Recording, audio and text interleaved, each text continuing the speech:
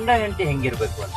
ಗಂಡ ಹೆಂಡತಿ ಅಂದ್ರೆ ಲೈಕ್ ಒಂದು ಕಾಯಿನ್, ಹೆಡ್ ಇಲ್ಲ ಅಂದ್ರೆ ಟೇಲ್ ಇಲ್ಲ, ಟೇಲ್ ಇಲ್ಲ ಅಂದ್ರೆ ಹೆಡ್ ಇಲ್ಲ. ಒಂದ್ ಮುಖದ ನಾಣ್ಯ ಒಂದೇ ಕಡೆ ಇದೆ ಅಂತ ನೀವು ಯೂಸ್ ಮಾಡಲ್ಲ.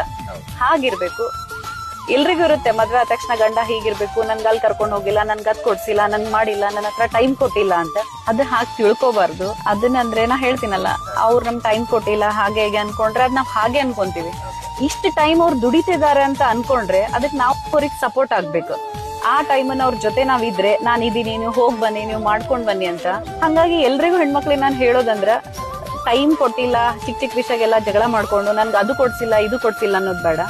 ಮೇನ್ ಇರೋದು ನಮ್ಗೊಂದು ಕರ್ಮಣಿ ಮಾಂಗಲ್ಯ, ಅದೊಂದ್ ಇದ್ರೆ ನಮ್ಗ ಸಾಕು. ಬಂಗಾರ ಹಾಕೊಂಡ್ರೇನೆ ಅಂತೇನಿಲ್ಲ. ಆಮೇಲೆ ಅವ್ರು ಆ ಟೈಮ್ ಅವ್ರು ಏನಕ್ಕೆ ಯೂಸ್ ಮಾಡ್ಕೊಂತ ಇದಾರೆ ಅದನ್ನ ನಾವು ವಿಚಾರ ಮಾಡ್ಬೇಕು.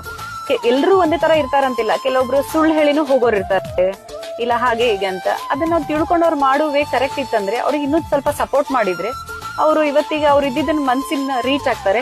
ಅವಾಗ ನಾವ್ ಹೇಳೋದ್ ಬೇಡ, ಅವರೇ ನಮಗ್